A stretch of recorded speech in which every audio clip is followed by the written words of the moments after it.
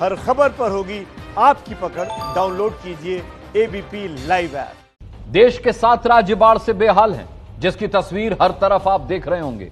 लेकिन घंटी बजाओ शो सिर्फ तस्वीर तो दिखाता नहीं है, हर वो मुद्दा उठाता है जो जनहित में जरूरी है। ऐसा ही एक मुद्दा आज हम लाए हैं जो पूछता है कि क्या देश में अब बाढ़ सुरक्षा नीति लाना जरूरी नहीं हो गया है।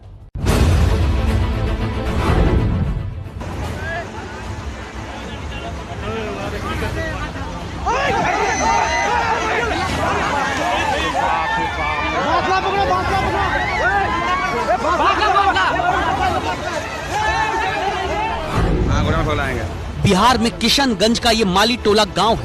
उफनती कनकई नदी लगातार जमीन को काट रही है। कटाव रोकने की कोशिश गांव के लोगों ने की, बिजली के इस खंभे को भी बचाना चाहा और तभी यह हादसा हो गया।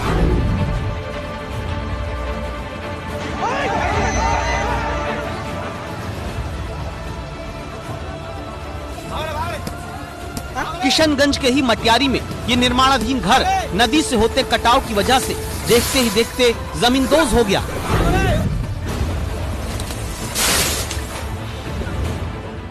बिहार की ये तस्वीरें सवाल पूछती हैं, बाढ़ से होते कटाव के बीच यहाँ से बाढ़ प्रभावितों को हटाने वाला कोई क्यों नहीं है?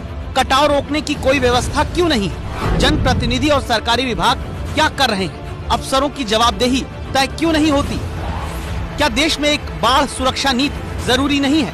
ये सवाल अब मध्य प्रदेश की हरदा की इस तस्वीर के साथ देखिए।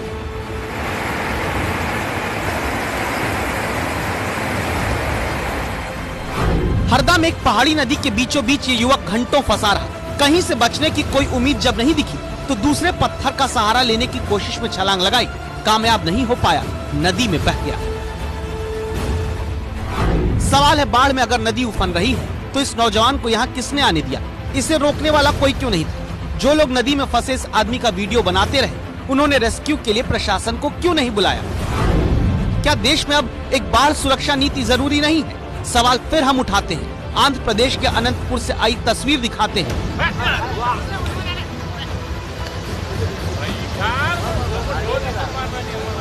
उफनती नदी का पानी पुल के ऊपर, पहले बस निकली, फिर खतरा मोल लेकर ये कार।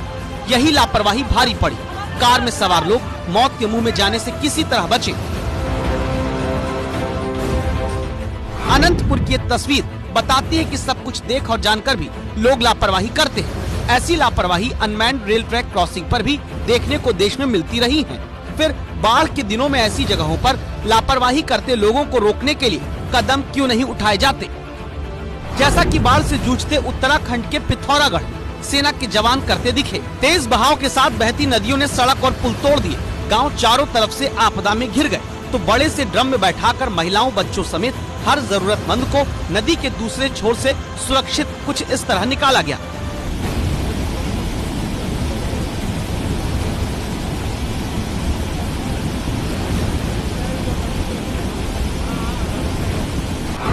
केरल की कोझिकोड में उफनती नदी ने 3 लोगों को बंधक बनाया। यहाँ प्रशासन की टीम ने मुस्तैदी दिखाते हुए तीनों को बचा लिया। उत्तराखंड के चमोली में नंदाकिनी नदी की बाढ़ में टापू पर एक गाय को फंसा देख एक युवक आगे आया, पुलिस की मदद की, गाय को बाढ़ से बचाया।